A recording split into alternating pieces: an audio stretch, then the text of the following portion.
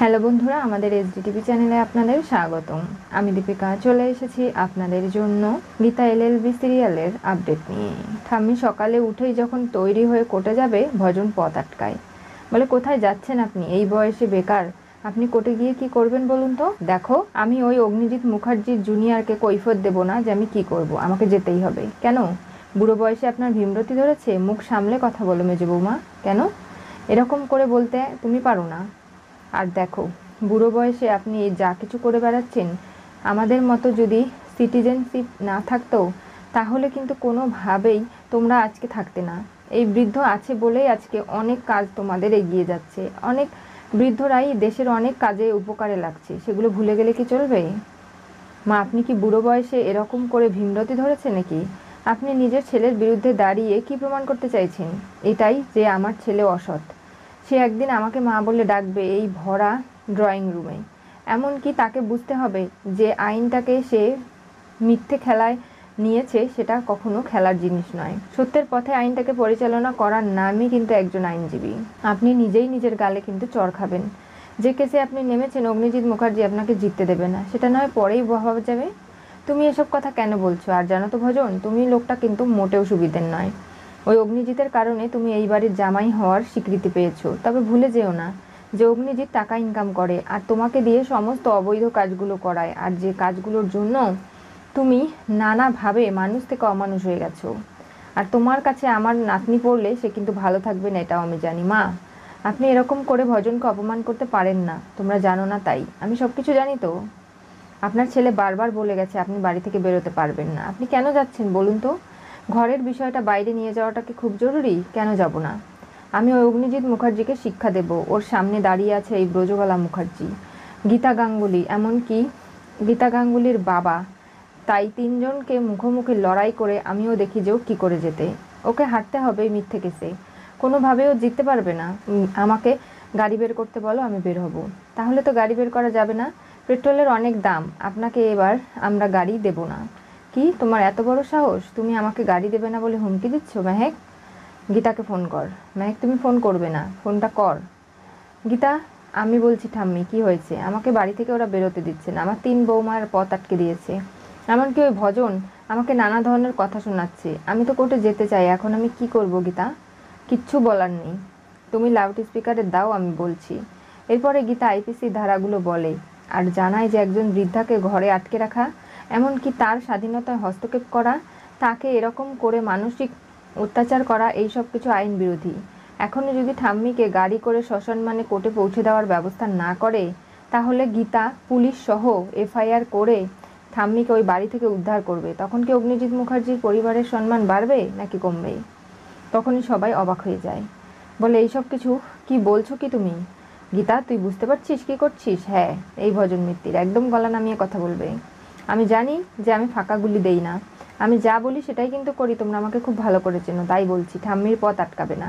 ওনাকে ছেড়ে দাও। এতদিন অনেক পায়ে শেকল পরিয়ে ওনাকে ঘরে রেখেছো যাতে উনি কোর্টে যেতে না পারে, প্র্যাকটিস করতে না পারে। এবার সময় এসেছে নিজের ছেলেকে শিক্ষা দেওয়ার। একজন মা হিসাবে সন্তানকে শিক্ষা দেবে।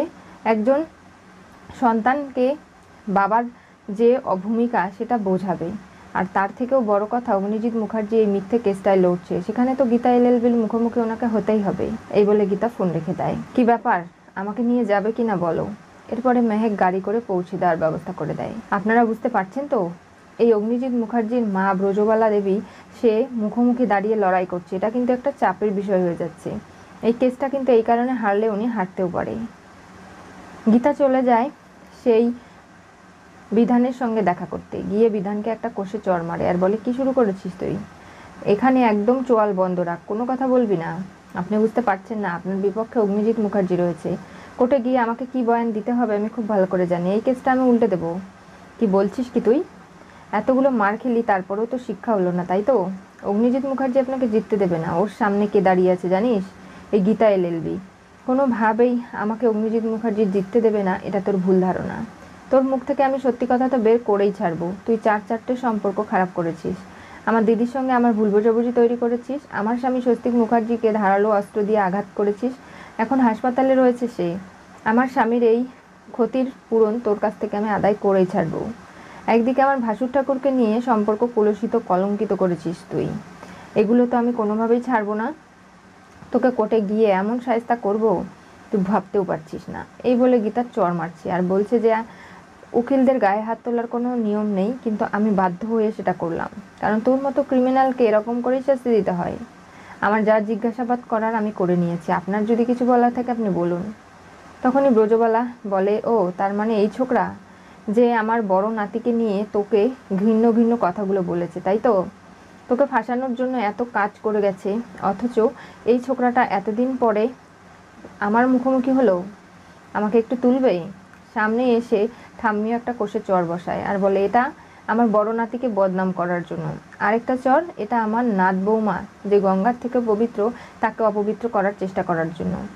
আরও একটা থাপ্পড়, যেটা স্বস্তিক মুখার্জি এত ধারালো অস্ত্রের সামনে গিয়ে তার ভালোবাসার মানুষকে বাঁচিয়েছে তার জন্য। এই সব কিছু আমি গীতার কাছ থেকে শিখেছি। একজন লয়ার হিসেবে তোমাকে আমি শায়েস্তা করবই। অগ্নিজিৎ মুখার্জি এই ব্রজবালা দেবীর সামনে কোনোভাবেই জিততে পারবে না, সেটা সে খুব ভালো করে জানে। আর এই কোর্টে স্ক্রিম হবে, আপনারা বুঝতে পারছেন না।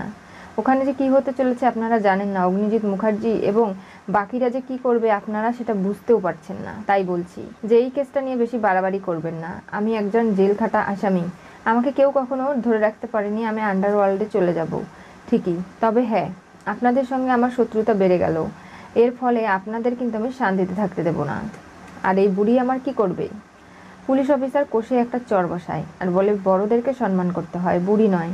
হয় ম্যাডাম, না হলে ব্রজবালা মুখার্জি, না হলে একজন লয়ারকে যেভাবে সম্মান দিতে হয় সেইভাবে ঠাম্মি বলে ডাকবে। এই বলে তাকে জেল লকআপে নিয়ে যাওয়া হয়। অগ্নিজিৎ মুখার্জি বাড়িতে এসেই যখন জানতে পারে যে তার মা বাড়ি থেকে বেরিয়েছিল, পুলিশ স্টেশনে গিয়েছে, এমনকি কোর্টে গিয়েছে, সওয়াল জবাব করেছে, সে জাগৃতিকে ডাকতে শুরু করে। কি হয়েছে কি? আমি বিশ্বাস করো আটকানোর অনেক চেষ্টা করেছি, পারিনি। মা সেই গীতাকে ফোন করে, গীতা ধমকি ধামকা দিয়ে আমাদের বাড়ি থেকে মাকে নিয়ে চলে গেছে। আমার কি করার ছিল বলো? অগ্নিজিৎ মুখার্জি গীতাকে ফোন করে আর বলে, কি শুরু করেছো কি তুমি? আরে চলমান ইনস্টিটিউট, আপনি কি ভয় পাচ্ছেন নাকি নিজের মাকে? কেন? তাহলে আপনি বলছেন কেন ওনাকে বাড়ি থেকে বেরোতে দেবেন না, আটকে দেবেন? এগুলো আপনি করতে পারেন না? ভালো করে লেখাপড়া করুন, আইপিসির ধারাগুলো মুখস্থ করুন, এগুলো ভুলে গেলে কি চলবে? চলমান ইনস্টিটিউট, একজন বৃদ্ধার ওপরে এতটা অত্যাচার আপনি সারা বছর করে এসেছেন, সে সমস্ত শৃঙ্খল ভেঙে আজকে যখন বাইরে বেরিয়ে এসেছে আপনার খুব কষ্ট হচ্ছে। সেই কষ্টটা আপনি ধরে রাখুন। আপনার মায়ের কাছেই আপনাকে হার স্বীকার করতে হবে, মাথা নত করে থাকতে হবে। আপনি 7 মণ তেলও আর পোড়াতে হবে না, আর আপনার নাচও কেউ দেখবে না। গীতা, হ্যাঁ আমি ঠিকই বলছি। আপনি মিথ্যে কেস নিয়ে একটা লড়াই করছেন, এবারও আপনার মুখ পুড়বে। আর দেখবেন এবার আপনার মুখোমুখি ওই গীতা, ওর বাবা গণেশ মুখার্জি, এমনকি ঠাম্মি রয়েছে, কারো সামনেই আপনি টিকতে পারবেন না। আর ঠাম্মির এতদিনের স্বপ্ন সেটা সে পূর্ণ করেছে, কোর্টে গিয়ে সওয়াল করেছে, জবাব দিয়েছে, নানাভাবে নিজেকে প্রমাণ করেছে একজন লয়ার হিসাবে। তাই আপনি তো ওনাকে আটকাতে পারবেন না। আপনি যদি আটকান তাহলে আমি আইনি পদক্ষেপ নেব। আপনি কোনো কিছু করেই কিচ্ছু করতে পারবেন না। এই দেখো, তোমাকে আমি কোর্টে নাস্তানাবুদ করব। তোমার কোর্ট খুলিয়ে পুলিশে অ্যারেস্ট যদি তোমাকে করাতে না পেরেছি তারপর দেখো। বললাম তো কিচ্ছু আপনি করতে পারবেন না, আমি সবটা প্রমাণ করে দেব। এই বলে গীতা ফোন রেখে দেয়। প্রলয় এসে বলে, কি শুরু করেছো কি তুমি? মাকে নিয়ে আজে বাজে কথা বলছো। উনি আমার সৎ মা, নিজের মা নয়, তাই বুঝি? তাহলে তুমিও তো আমার সৎ ভাই, তোমার সঙ্গে সেরকম আচরণই আমাকে করতে হবে। আমার মাকে সারা জীবন আঘাত করেছো, কষ্ট দিয়েছো, কোর্টে গিয়ে প্র্যাকটিস করতে দাওনি, ওনার সব থেকে শখ এবং ওনার যা স্বপ্ন সেটা পূরণ করতে দাওনি তুমি। আর যার কারণে আজকে তোমাকে এতটা কষ্ট সাফার করতে হচ্ছে। আর আজ থেকে আমি বলে দিচ্ছি, আমি আমার মায়ের পাশেই রয়েছি। তার স্বপ্ন পূরণ করতে গীতা যেমন উৎসাহী, আমিও তেমন। তোমাকে এই কেসে হারতেই হবে, আর তুমি হারবে। গীতার কাছে তোমার কোনো অস্তিত্ব থাকবে না। প্রলয়, এসব কি বলছিস তুই? হ্যাঁ, তুমি কোর্টরুমটাকে সত্যি মিথ্যের খেলায় গুলিয়ে ফেলেছো। গীতা তো সেটা করতে দেবে না, আর যার কারণে তোমার কাছে ও খারাপ, তোমার সব থেকে বড় শত্রু হয়ে গেছে ও, তাই তো? প্রলয় চলে যায়। তুমি চিন্তা করো না জাগৃতি, ওই গীতা এলএলবিকে আমি এমন শাস্তি করব, সবাইকে দেখিয়ে দেব যে চলমান ইনস্টিটিউটের সঙ্গে লেগে কোনোভাবে পার পাওয়া যায় না। কৃপানের কাছে হাত জোর করছে কাবিয়া, বলছে, ভাই আমি স্বস্তিককে খুব ভালোবাসি, ওকে আর মারার চেষ্টা করিস না, ওকে বেঁচে থাকতে দে। দেখ, তোর স্বস্তিককে বোঝা যেগুলো কেস কাটালি থেকে সরে যেতে, তা না হলে আমার করার কিচ্ছু থাকবে না, ওকে আমি শেষ করবই। কারণ ও বয়ান দিলে সব খেলা শেষ হয়ে যাবে, আমি সেটা চাই না। তাই বলছি, নিজের ভালোবাসাকে রক্ষা করতে গেলে তোকে অনেক কিছু করতে হবে, তা না হলে আমার কাছে হাত জোর করে কোনো লাভ নেই। ভজন কৃপান দুজনে মিলেই গীতাকে কোনোভাবেই কোর্টে আনতে দেবে না স্বস্তিককে, সেই পরিকল্পনা করছে। কি হতে চলেছে গীতা এলএলবি সিরিয়ালের পরবর্তী টুইস্টে? ঠাম্মিকে কোর্টে যেতে আটকালে গীতার কঠিন হুঁশিয়ারিতে অগ্নিজিৎ কোর্টে যেতে দিতে বাধ্য হলো। আজকে যেভাবে অগ্নিজিৎকে শায়েস্তা করলো গীতা, সেটা বলার বাইরে। অগ্নিজিৎ ফোন করলেও গীতা কোনোভাবেই তাকে কোনো রকমের সাহায্য সহযোগিতা না করে উল্টে তাকে যে হারতে হবে সেই কথাটা বারবার মনে করিয়ে দিল। গীতা ভাবতেও পারছে না যে স্বস্তিককে সে কোর্টে নিয়ে যাবে, ওয়াদা করেছে। এমনকি পদ্মকেও বলেছে যে আমাকে হয়ে সাক্ষী দেবে এই স্বস্তিক মুখার্জি, দেখবি এই কেসটা রফা দফা হয়ে যাবে। কিন্তু সেখানে অনেক বাধা আসে। গীতা যদি কোর্টে নিয়েও যেতে চায় স্বস্তিককে, যাতে বাধা হয়ে দাঁড়ায় সেজন্য ভজন কৃপান সমস্ত পথ করে রেখেছে। গীতা যেটা জানেও না, কিন্তু তারপরেও গীতা স্বস্তিকের গায়ে এতটুকু আঁচড় না লাগিয়ে কোর্টে কী করে নিয়ে যাবে জানতে চোখ রাখতে হবে আমাদের চ্যানেলে। পাশে থাকা বেল আইকনটি অবশ্যই করে ক্লিক করুন।